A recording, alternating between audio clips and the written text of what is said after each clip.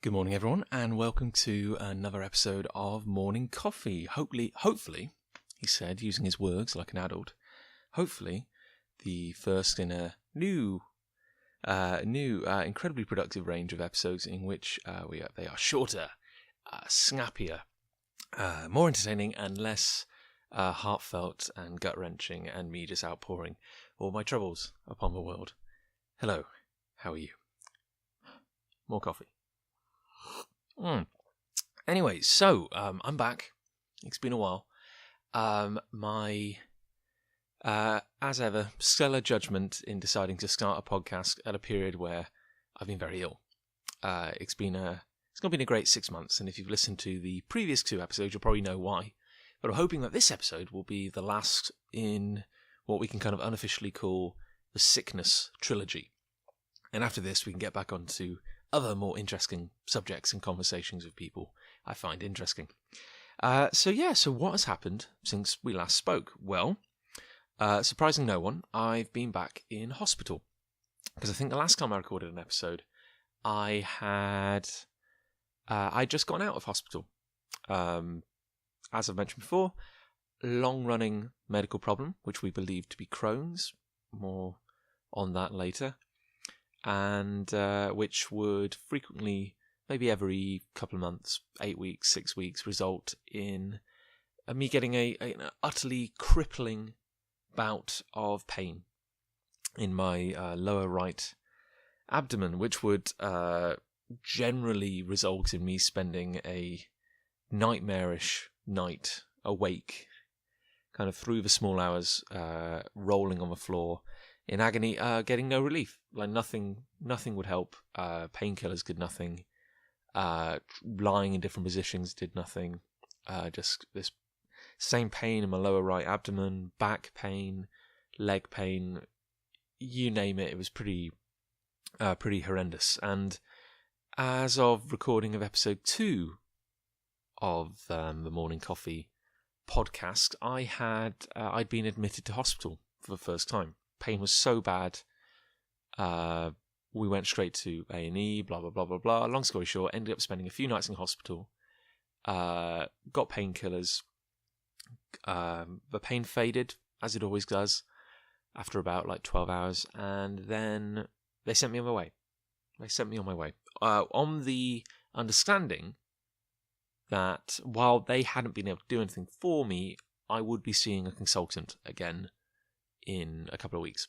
So the timing, while it's never a good timing to have an attack of utterly soul-wrenching, crippling pain, the timing was quite good, because I was soon to be seeing the doctor I'd been waiting to see for several months. So, hey, it was good. What has happened since then is that I saw the consultant, and she said that I was weird, basically. I don't think those were her exact words, but I'm paraphrasing. Anyway, she said, you are weird because you have all the symptoms of Crohn's, but you have none of the chemical markers, i.e. every sample we've taken, be it blood, urine, stool, hair, skin, you just have no inflammation markers in your blood, which is weird because you are quite clearly suffering an inflammatory reaction. This is evident. You are, we saw it when we had a camera inside you, and also your back is inflamed. Your leg is bad. Everything just points to you having some weird inflammatory reaction. But all we can tell from your blood tests is that you have an elevated white blood cell count. So now, after kind of thinking you probably did have Crohn's, now we're not so certain. So, of course, that makes me a filthy liar, because I've been saying in previous 2 podcasts that I had Crohn's, and I guess apologies to anyone who does have Crohn's or UC, and I hope I don't come across as as a faker. That was simply the leading medical thought at the time as to what was wrong for me. And they kind of said with maybe a 99% certainty, they were like, you probably have Crohn's. Like, you have all the symptoms of Crohn's. You kind of have Crohn's, but we'll hold off until, we just need to get that blood test, or we need to get that one chemical sample back. I mean, and the weirdest thing, of course, is that I met some people with Crohn's, and the symptoms were identical.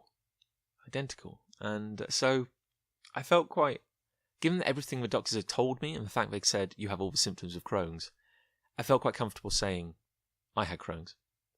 Now, I wasn't married to the idea of having Crohn's. In fact, when you think about it, I would much rather not have a chronic disease which will stay with me for the rest of my life. I mean, it's not a good thing to have hanging over you. And even if you are on medication, you will get better.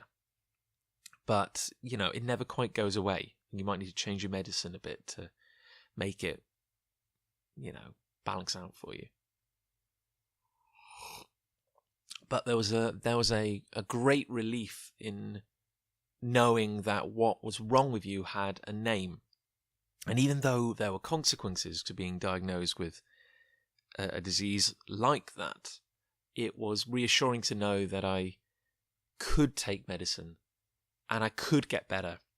And these attacks I was having, these flare-ups, these inflammatory reactions, would fade because of the medication, and I could go years without having one of these attacks because I was getting scared. These were hanging over me to the point where, with a startling regularity, I could kind of almost know they were coming. I was like, oh, damn it, it's been 6 weeks since I last had a problem. I think I'm due one. And then they would hit, and they'd be terrible. And the worst part was, you'd think, am I making this up? Is it all in my head? Am I somehow bringing this on me? And, I guess the greatest validation is when you're admitted to hospital because, you're in so much agony you can't walk, and they have to give you morphine or tramadol to kind of take the pain away. So, yeah, not good to be in pain, but it's nice to have a few medical professionals nearby to say that you're not crazy and you're not making it up. So, yeah, going back to the consultant, she said, you're weird. So the options are, you either have Crohn's, but you're part of a small subset of the population who don't display inflammation in the same way as normal people. She said apparently it's quite common in young, thin men, which is, I guess, a compliment. But she's saying apparently, just don't have, your blood tests always come back negative, despite the fact you have inflammation. So she said, the options are you have Crohn's, but you're weird, and you don't exhibit it in the normal way. Pardon me. Or B, you don't have Crohn's. In which case, she said, I want to have a look at your appendix, which is where things get interesting. She said, in every scan you've had, in every MRI, every CAT scan, we've never been able to find your appendix. And at the time, she said, that's a mystery for another day. We'll look into that. But she figured, what if it wasn't Crohn's? And actually, there was something weird about my appendix. Maybe it was folded up or wrapped around my kind of gut in a weird way, and that's why we couldn't see it. But the one thing they could all agree on was, their words, there was an abnormality where I had the pain. So she said, she's going to, I have some weird case history now. She's going to make sure it's all on record. She's going to look into it. And she said, the next step may be to have a capsule endoscopy. So we'll cut a little hole in you, we'll stick a camera inside, and we'll have a look around and see what's what. See what this abnormality is. And if we find your appendix while we're there and it's, messed up, we'll probably just whip it out. So, I then had to have a capsule endoscopy. No, capsule endoscopy? Keyhole. Okay, yeah. No, she said, first a capsule endoscopy, which is where you swallow a small camera the size of a pill, And following that, a keyhole endoscopy, where we cut a hole in you and go in. Yeah, keyhole versus capsule. Got to get that right. So, the capsule endoscopy was to utterly rule out Crohn's. I take it's a bit of a weapon of last resort because it must be costly. Because it's kind of amazing. They give you, had to go into hospital, they give you this little pill. It's maybe like a large jelly bean in size. And it's kind of white and plasticky and smooth. And it's got two kind of copper pads on either end. And what you do is you touch it between kind of thumb and forefinger on the copper pads. And I imagine that creates a little electric circuit which activates it. You then swallow it with a glass of water. It's no worse than swallowing a rough pill or something, just like painkillers. And down it goes. So then for 12 hours on this one day, I had to wear a kind of like medical girdle, like going around my waist, under my clothes, thankfully, and also like a kind of black satchel bag. It looks a bit like a camera bag, and then a cable running from one to the other. So I looked a bit kind of weird walking around, but I think it was hopefully not too obvious. Oh, pardon me, gonna sneeze. Oh, that's great audio quality, that. And hopefully not too many people noticed. And I went into work as normal. Hardest part was probably not eating or drinking for like 15 hours because it needed like a clear passage through your gut. And yeah, hopefully I didn't get too many odd looks. So I did the capsule endoscopy. The camera ran through me. You don't get the camera back. That just goes the way of, I don't know, all things that pass through your body. And you return the little black box in the camera bag. And then they get it takes 3 pictures a second. And as it goes through you, and you get a magical mystery tour through your gut. And yeah, I was just waiting on the results of that and kind of waiting to see what happened. And I guess based on the findings of that, I was either going to, be told, oh, you do have Crohn's and, now you can start medication, or they were going to say, well, we don't know what's wrong with you, but now we're going to cut you open and have a look around inside.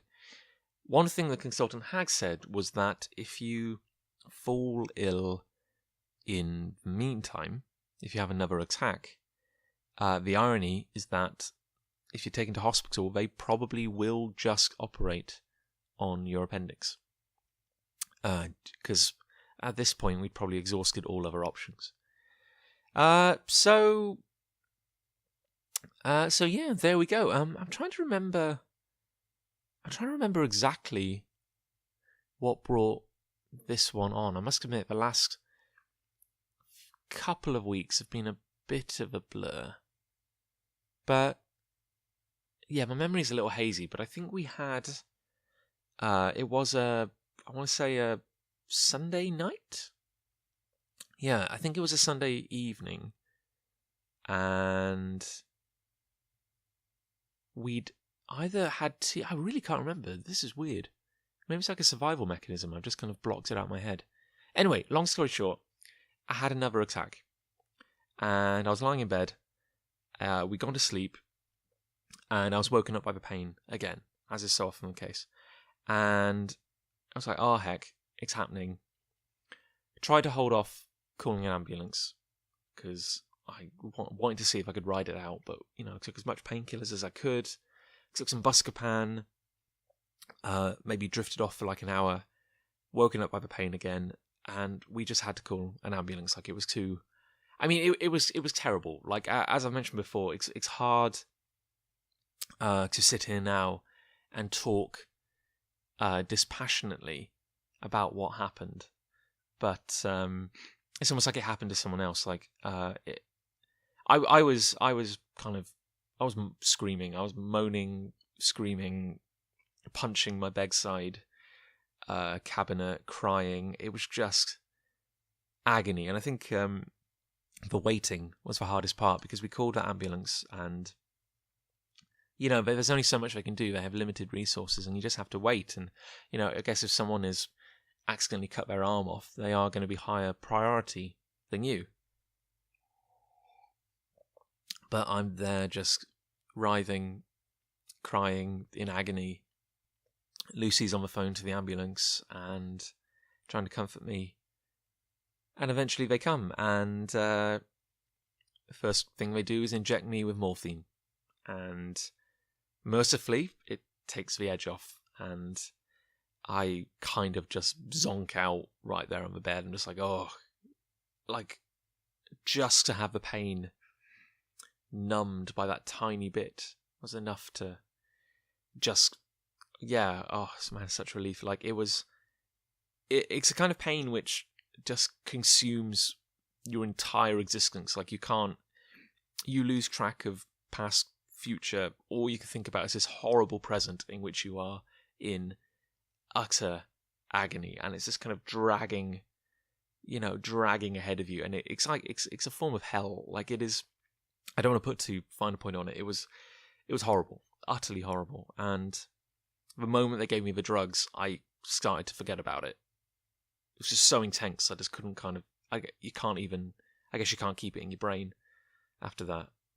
And they gave me various drugs to take the edge off. Carried me downstairs.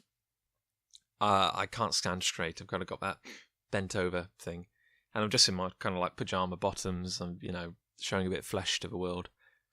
And they dragged me into the ambulance, lie me down with great difficulty. Movement is not my friend at the moment. Hold me down, give me as many drugs as they can, and whisk me off to hospital down the road. So yeah, I'll try not to go into exhaustive detail here, but I ended up spending, they admitted me on very early Monday morning, so kind of like 2 a.m, and I got out of hospital on Friday morning. -1 appendix. And the reason I was in that long, I guess the pain probably faded by Monday evening, as it always does. It always hits very hard, burns bright, then it's gone. But I was in hospital so long because they kind of finally realised, they finally had my full case history, and they realised this was a very weird situation, and I guess they wanted to keep an eye on me, but also I needed to see a gastro doctor. I needed to see someone who specialised in the intestine and my kind of problems, and no one was available. So it was this weird trade-off between I probably could go home and I probably could free up a bed, because, like I said, the pain is really bad for a day or so, and then I'm fine. There is a particular, I guess, pathology to my illness. We know how it works. But I guess the problem was, if I go home, the cycle starts all over again, and I have to wait to fall ill, or I stick it out in hospital, wait until someone sees me, and maybe I'll finally get the treatment I need. So a few days go past, see a doctor. I've told my story to so many people now, over and over again. I've got it kind of like committed to memory. Various doctors kind of like, kind of like nod, and I think the general consensus is I am a bit weird, and this doesn't seem like a normal form of appendicitis, if indeed that is. And of course I'm saying I had a capsule endoscopy a couple of weeks ago, and I don't know what the results of that were. So if you could get those results, maybe we'd have a better idea of what was going on. And they couldn't reach a consultant who'd been seeing me. So it was just a waiting game. Really. And I got bounced about through various wards in the hospital. I was in the ear, nose, and throat ward for certainly a couple of days. And of course, in like the hubbub of getting me to hospital, my glasses had been left at home. I didn't have any kind of like. All I had was my phone, actually. And I guess one thing is, the hospital had very good Wi-Fi. But of course, without my eyes working properly, entertainment was a little hard. So I was kind of like going a little mad from boredom until Lucy and my mom very kindly brought me my spectacles and books, so many books and magazines to kind of entertain myself with. And around, finally saw a gastro doctor, told him everything. He said, well, it's a little odd. It's a little odd. And I said, well, maybe you just want to get in there, dig in, see what my appendix is like, and then we'll work it out afterwards. And I think, understandably, they're a little reluctant to just go sticking the scalpels into someone based on what the patient wants. I'm just going to get a refill on my coffee.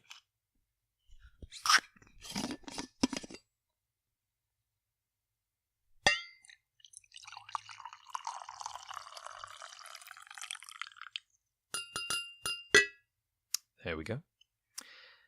And so they got me another CAT scan. I think he seemed a little skeptical.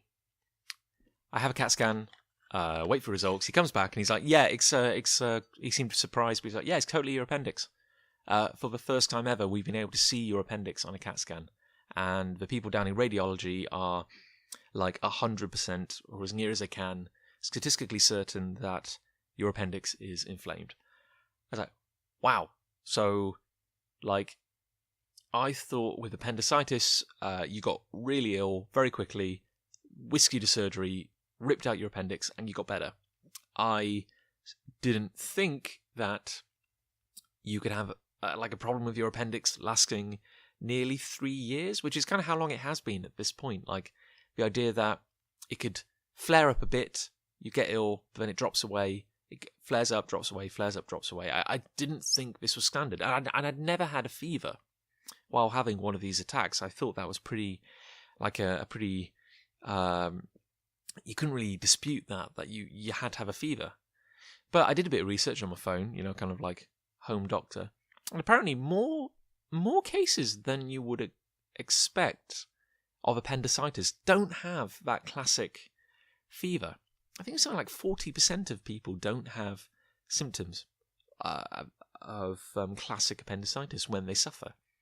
So I guess technically, everything I've been suffering from the last 3 years, like all this thought that I might have food intolerances, or it was stress related, or it was Crohn's, or that it was some form of bowel disease.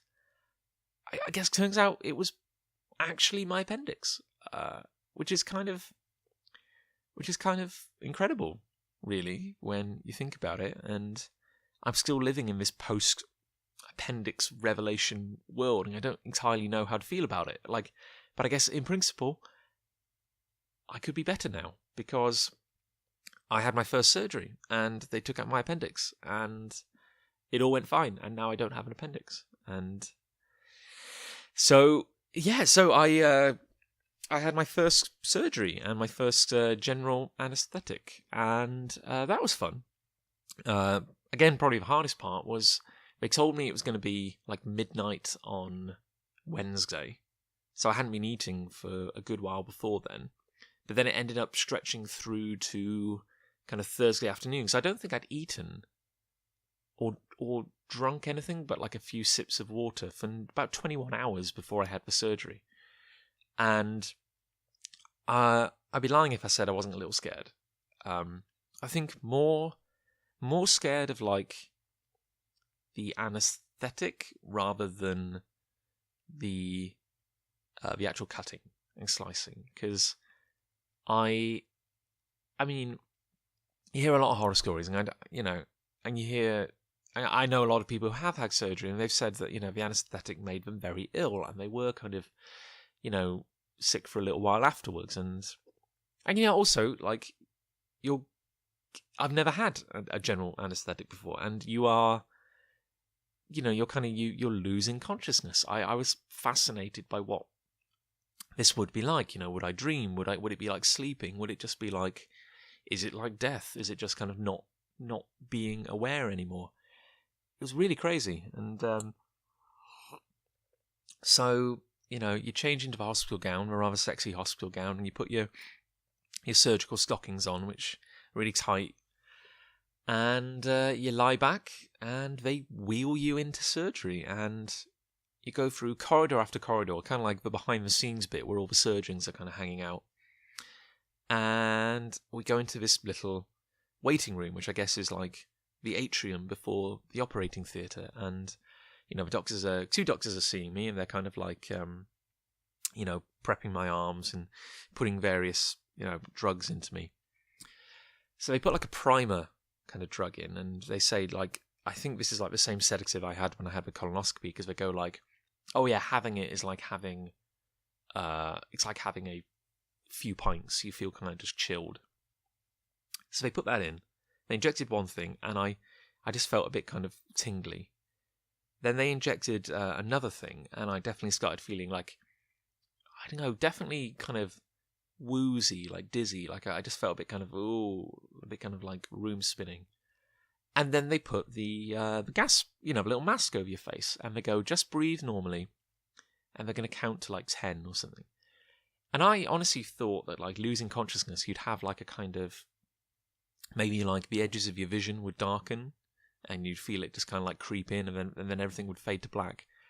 But it's crazy, because like they put the mask on you, and he starts counting. I think I remember 1, I think I remember 2, and I was just waiting for it to kind of come on, and then literally like a with a snap of a finger, I'm suddenly, bang, I'm awake, and I'm in a different location, and I'm lying on my back, and I feel like kind of like what the hell just happened? And there's a doctor standing next to me going like, you're awake. It's done. We've had the operation. And I was like, I was definitely kind of like out of it slightly. Like I was a little bit kind of drunk, a little bit kind of like woozy. And I'm like, wow, that was staggeringly quick. And I think I got very talkative. Like I was determined not to be, I kind of like that little bit of my brain, which was still kind of fully sentient, was like, don't say something stupid. Don't be the one who kind of like starts spilling all his childhood secrets because you put him on drugs or something. Just be cool. Be cool. So I was really trying. I wanted to be that guy. I wanted to be the guy who was like, hey, like, surgery? Yeah, it's nothing. It's fine. So I think I had a fairly normal, lucid conversation with the doctor. We chatted about Canada, what it was like living in Canada. I can't remember what he said. I just remember I talked a lot. As evidenced by this podcast, I'm certainly not uncomfortable talking. And I felt great. Like I felt kind of, I felt, wow, this is amazing. Like this is great. A little sore, obviously. I didn't dare kind of look at my stomach. And this is great. I feel this is wonderful. And they wheel me back to my room, and I'm feeling high. I'm feeling kind of like happy. And they say I can eat, and I have this sudden craving for like fruit pastilles. So when I picked up my phone, I texted Lucy and my mom, and I was like, "Hey, I'm out of surgery. I feel great. Really kind of dreaming of fruit pastilles." And with like joking, like kind of just saying like, hey, I can't wait to eat. I'm going to eat all kinds of things. I'm so hungry. And they were wonderful because they brought me 3 packets of fruit pastilles, and which I kind of devoured. I had a turkey sandwich and 3 packets of fruit pastilles, and I'm not ashamed. They were amazing. And some of the best things I've ever eaten. So Lucy and my parents came to see me, and I started flagging a little bit. Like I maybe finally some of the euphoria kind of and the good happy time feelings of the drugs kind of like dipped away, and I remember like I just felt I started feeling a bit sick and a bit faint, and they came in. The nurse very kindly came and gave me some anti-nausea drugs, and I started feeling better again. Got some water in me. They even brought me a coffee. Had a coffee, I had water. I ate a turkey sandwich. I ate so many fruit pastilles. I was able to see my parents. I was able to see Lucy, and it was kind of wonderful. And then I said my goodbyes. They all had to clear off for the evening, and I went to sleep. And I was, in the middle of the night, I was even able to get up, and I walked to the toilet and everything, and a bit like the Walking Wounded, but I felt pretty great. My stomach was definitely sore, and moving was difficult, but I was able to do it. And the following day, I went home, and the following day, I felt incredible. They did warn me about this. They said you can get a kind of like post-surgery, post-anesthetic kind of euphoria. Like I just felt kind of, I felt great. Like, the world was my oyster and everything was kind of fantastic. I was chatting with the two guys on the ward with me. There was I can't remember his name now, which is terrible. There was a chap in like his 60s who worked in an abattoir his whole life. And now he was retired and he made music. And he was there having like a little lump removed from his face. He was a nice guy. Then there was another chap who had the most amazing name, which I can't even remember now. But he'd oh God. I'm fine with injuries to myself, but if someone's talking about one of their injuries, but he'd managed to he worked in a scrapyard, and he'd been reaching into a pile of metal to grab some stuff, and a big pile of something really heavy had fallen on his hand and pushed it down onto a jagged edge of metal, and he'd torn up his hand, something awful, broken a few of his fingers. It was vile. But yeah, nice people. And again, I was feeling pretty hey, brotherhood of man, oh, isn't this wonderful? We're all friends, and we're all surgery buddies, and it was really chatty, and it was a good time. And then I went home, and I got, and I had, with every high, there is a corresponding low. And I know for a fact I was very, very depressed over the weekend. I do get depressed sometimes, and I know what it's like. I kind of know the signs, and I knew kind of academically a little bit. My brain was like, you are depressed, and everything you are feeling right now is irrationally bad. And it's fine, and it's not that bad, and it will get better. But it didn't change the fact that in that moment I was very down. I was very depressed. Weirdly, it is irrational, but I just felt really, really low. But I also felt kind of sad for my skin, which sounds stupid, but I was like, oh, my beautiful skin, and now I have scars and everything. I actually do now have 3 scars, which was a very interesting thing, because when they take your appendix out now, they either do a kind of, if it's really bad, they might do an open operation, which is basically where they just make a long cut along your belly and reach in. But I had a laparoscopic appendectomy, which is it's quicker and it's smaller, and it's a keyhole surgery. But what they do is, which is quite interesting, is they cut 3 holes in you. So they actually go in from the other side. So your appendix is on the right, but they go in from the left. And so I have 1 hole, just below my belly button. I have another hole just above my groin, and then I have another hole in kind of the left lower side. So it's a kind of triangle. And there are varying sizes, and they'd obviously put disposable stitches in, but they'd also kind of glued me shut with, I guess, super glue. So I had these 3 kind of patches of glue, and then you could see kind of the wound underneath. So it all looked a bit manky and disgusting, and I had a lot of bruising. So the one in kind of the lower left side definitely looked the worst. It had a big nasty kind of black patch around it. And what they do is they put in, I guess, a camera goes in 1 hole. The surgical tongs for cutting out the appendix go in the 2nd hole. And what they do is they put a balloon in the 3rd hole. So they put this balloon in and they pump it up, so to distend your gut, or really distend your abdominal wall, so they have space inside to work. So I've been trying to work out which hole is which, because some scars are bigger than others. But yeah. So yeah, I have a nice collection of scars now.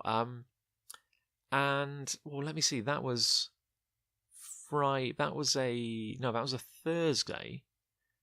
So it's now been a week and 1, 2, 3, 4. So it's been 11 days now since the surgery, and the scars. I mean, they've healed so quickly. It's kind of crazy. You know, all the manky glue came off, and now there's lovely kind of pink flesh underneath, so it is healing. And I've made the most amazingly quick recovery. Like, it was getting better and better and better each day. Had a little slump a few days ago where I felt I was getting better, but then it dipped again.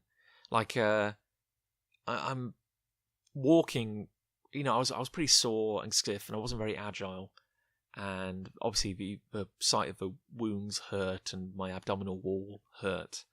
And but I'm getting better. I am. It is an improvement. Like, every day I feel more mobile, and I'm sleeping better, and I'm not in pain anymore. And it's kind of wonderful, really. I had a slight dip a couple of days ago where I started getting shooting pains again where my appendix was. But I'm now on some... We went to see the out-of-hours GP, and they reckoned there was nothing wrong with the operation. I hadn't slipped a stitch or anything. They reckoned it was all healthy. The only problem was they reckoned I maybe had just a little bit of nerve pain after the operation. So, what is that? Neuralgia, I think. So they've prescribed me some antibiotics, just to be careful. And also, some amitriptyline, which is a mild antidepressant, which works on nervous pain. So it just kind of numbs the signals slightly. Since I've been on those drugs, I've been feeling great, and I'm just now in the recovery period, and spent a week in hospital, better part of a week in hospital. Been signed off for a couple of weeks, and I hope to be re-entering society soon, and I've been able to, it's gotten better, and I've been able to walk now into town a couple of times. It's only like a 10-minute walk from our house, and it tires me out, but it's improving constantly, and I think, if I'm honest with myself, I feel good, and I mean, I was caught up in a whole kind of like recovery after the operation, but it's starting to dawn on me now, this kind of crazy idea that I might be cured in a weird way. Like, I hopefully will never have another attack again. And it's very weird. It's very weird to imagine that might be the case. I mean, certainly like when they realized what it actually was, and they were like, no, this is your appendix. It was this weird notion to think that, like, this thing, this little, like, kind of vestigial organ inside me, this little evolutionary hangover which does nothing on a daily basis, was actually making me ill. Like, it was so weird to kind of suddenly realize that I have a focus for all my ill health. I have a focus for all these kind of bad feelings, and I don't need it, and we can just cut it out. And it's kind of crazy, because I realized that, like, I've not felt well for the better part of half a year. And it's this crazy idea that, like, even between attacks, even between like these big dramatic moments of being in hospital, I just felt rough. Like, I've just felt so under the weather for so long now, and my appendix was essentially poisoning me.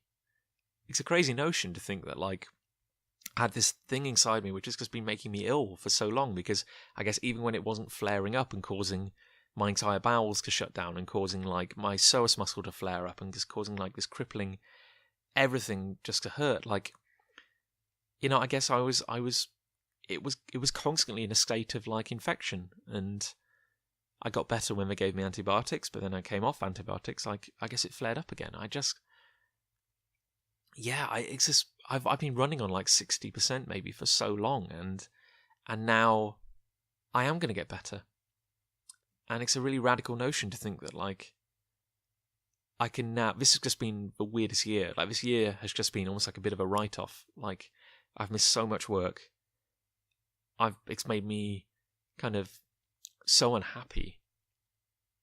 I've been very unhappy this past year, very depressed on occasion, and it's nice to think that there could be such a simple solution to it all. Like, this really could be the start of a whole new era of health and kind of happiness, and it's crazy, and I don't think it's entirely sunk in yet. But yeah, I guess aside, maybe I don't know how much of this is psychological or just, you know, the kind of placebo effect, but aside from, you know, the obvious pain of like the surgery, I think I do feel better. I think I do feel a bit brighter, a bit more active, a bit more energy, and, you know, kind of long may it continue. So yeah, I guess, hopefully, unless you hear differently, this could be the end of the whole ill health saga, and, you know, maybe now I can kind of get on with life again and do fun and exciting things. So yeah, I had originally, you know, if I hadn't been ill, I had originally planned to have a few days off, you know, in this period which I'd actually been ill. I did have some time booked off from work, and I was just going to spend time working on getting the new Kickstarter ready for After I Think Man-Made God Volume 4, because I don't know, as with many things with my health and other commitments, I feel like After I Think has just been in stasis for a good while, and I feel so much of my life and, you know, my mind, and I've invested so much of me in these characters that not having them, not working with them, not having them come to life again on the page, it's kind of felt like a little bit of me has been missing. So now that hopefully I'm getting healthy again, I want to reclaim that. I've been sitting on book 4 for too long. The time has come to actually get it out there. So yeah, the good news is that finally, after a long time, After I Think is returning, and book 4, volume 4, Man-Made God, is half made. You'll be very pleased to know, half funded, self-funded, and I'm going to go to Kickstarter just to cover the rest. And I aim to launch the Kickstarter at the end of the month, hopefully coinciding with Melksham Comic Con, where I am doing a panel about After I Think and what the future holds. And it'd be wonderful to be able to go live at that exact moment, and to be able to talk to people and just kind of sharing the joy of After I Think at that precise moment in time, because it's wonderful to think that people are excited about this, because I'm excited and I love these characters, and I can't wait to take them on, you know, to wherever the future holds, be it good or be it bad, because I know things are going to get a little more challenging for Jack and Co. And I've long talked about this, and I will talk about this in greater detail on future episodes, where we'll talk about the history of After I Think, as I had intended before I got so ill. But these are the stories I'd had planned from the beginning. These are the stories I'd had planned for After I Think since I first came up with the characters in like 2007.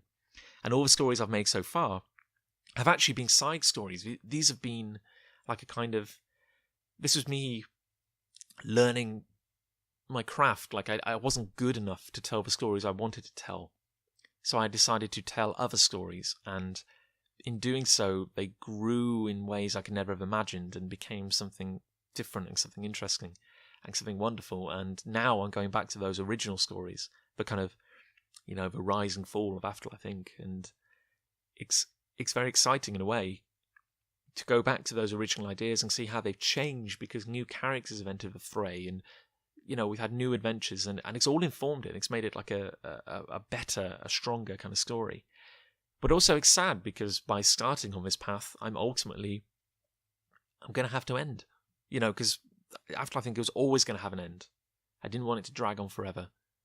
I think it'll be all the sweeter for knowing that these characters won't be around forever. But it breaks my heart a little bit to think where these characters are going to go and what's going to happen, and to think that one day I will not be working on Afterlife, and one day this will all be done. But I feel we have to.